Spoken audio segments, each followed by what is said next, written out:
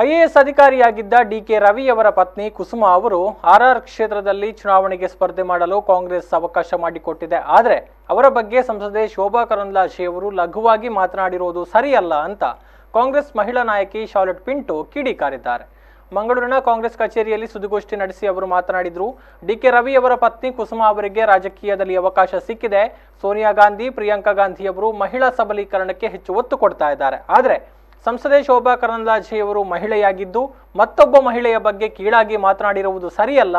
ಸಂಸದೆ ಶೋಭಾ ಕರಂದ್ಲಾಜೆಯವರು ತಮ್ಮ ಕ್ಷೇತ್ರದ ಅಭಿವೃದ್ಧಿಯ ಬಗ್ಗೆ ಯಾವತ್ತೂ ಮಾತನಾಡಿಲ್ಲ. ಕೇವಲ ಅಪಪ್ರಚಾರಕ್ಕೋಸ್ಕರ ಇಲ್ಲಸಲ್ಲದ ಹೇಳಿಕೆಗಳನ್ನು ಕೊಡ್ತಾ ಇದ್ದಾರೆ ಅಂತ ಹೇಳಿದರು. ಇನ್ನು ಮಿಥುನ್ ರೈ ಅವರು ಜನರ ಸಮಸ್ಯೆಗಳಿಗೆ ಶೀಘ್ರವಾಗಿ ಸ್ಪಂದಿಸುವ ಕೆಲಸವನ್ನ ಮಾಡ್ತಾ ಇದ್ದಾರೆ. ಇವರು ಮಾಡುವ ಕೆಲಸವನ್ನ ಸಹಿಸಲಾಗದೆ ಒಂದು ವಿಷಯವನ್ನ ತಿರುಚಿಕೊಂಡು ಅಪಪ್ರಚಾರ ಮಾಡುವುದು ಎಷ್ಟು ಸರಿ ಅಂತ ಹೇಳಿದರು.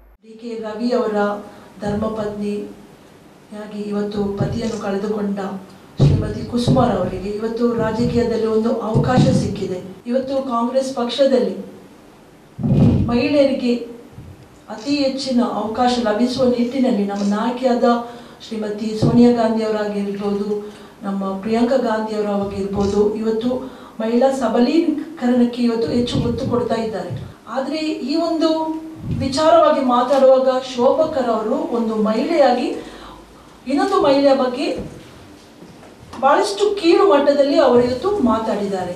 ಶೋಭಕರ್ ಅವರು ನಾನು ಹೇಳಲಿಕ್ಕೆ ಬಯಸ್ತೇನೆ, ಇವರು ಸಂಸತ್ತಿನಲ್ಲಿ ಇಷ್ಟರವರೆಗೆ ಈ ಒಂದು ಉಡುಪಿ ಚಿಕ್ಕಮಗಳೂರ ಬಗ್ಗೆ ಆಗಲಿ, ನಮ್ಮ ರಾಜ್ಯದ ಬಗ್ಗೆ ಆಗಲಿ, ಅಭಿವೃದ್ಧಿಯ ವಿಷಯವಾಗಲಿ ಅವರು ಇಷ್ಟರವರೆಗೆ ಯಾವುದೇ ವಿಷಯವಾಗಿ ಮಾತಾಡುವುದಿಲ್ಲ.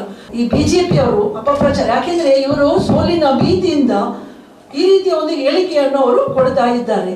ನಮ್ಮ ನಾಯಕರಾದ ಮಿಥುನ್ ರೈ ಅವರು ಒಂದು ಕೊಟ್ಟ ಹೇಳಿಕೆ ಅದನ್ನು ತಪ್ಪಾಗಿ ಅರ್ಥೈಸಿಕೊಂಡು ಇವತ್ತು ಧರ್ಮದ ರಾಜಕೀಯವನ್ನು ಮಾಡುತ್ತಾ ಈ ಒಂದು ಬಿಜೆಪಿಗರು ಇವರು ಇವತ್ತು ಇಂಥ ಒಂದು ಅಪಪ್ರಚಾರಕ್ಕೆ ಇಳಿದಿದ್ದಾರೆ. ಬಳಿಕ ಮಾತನಾಡಿದ ಮಾಜಿ ಶಾಸಕಿ ಶಕುಂತಳಾ ಟಿ ಶೆಟ್ಟಿ ಅವರು ಕುಸುಮಾ ಅವರ ಪತಿ ಡಿಕೆ ರವಿ ಅವರ ಹೆಸರನ್ನ ಬಳಸಿಕೊಂಡು ರಾಜಕೀಯ ಮಾಡಬಾರದು ಅಂತ ಹೇಳಲು ಶೋಭಾ ಯಾರು ಅಂತ ಪ್ರಶ್ನಿಸಿದ ಅವರು ಕುಸುಮಾ ಅವರಿಗೆ ಭಾರತೀಯ ಹೆಣ್ಣು ಮಕ್ಕಳು ಸಂಪೂರ್ಣ ಬೆಂಬಲವನ್ನ ಕೊಡಲಿದ್ದಾರೆ ಅಂತ ಹೇಳಿದರು. ಇದು ಭಾರತೀಯ ಹೆಣ್ಣು ಮಕ್ಕಳಿಗೆ ಒಂದು ಅವಮಾನ ಅಂತ ಕಾಣ್ತಾ ಇದೆ. ಗಂಡನ ಹೆಸರು ಹೇಳಬಾರದು ಅಂತ ರವಿಯವರಿಯ ಹೆಸರು ಉಪಯೋಗ ಮಾಡಬಾರ್ದು ಅಂತ ಶೋಭಾ ಹೇಳುವುದಕ್ಕೆ ಶೋಭನಿಗೂ ರವಿಯವರಿಗೂ ಏನು ಸಂಬಂಧ? ಇದು ಎತ್ತನ ಮಾಮರ ಎತ್ತನ ಕೋಗಿಲೆ ಅಂತ ಹೇಳಿದ ಹಾಗೆ ಇಲ್ಲಿಯ ಶೋಭಾ ಅಲ್ಲಿಯ ರವಿಯವರ ಬಗ್ಗೆ ಯಾಕೆ ಮಾತಾಡಿದ್ರು ಅಂತ ಗೊತ್ತಿಲ್ಲ.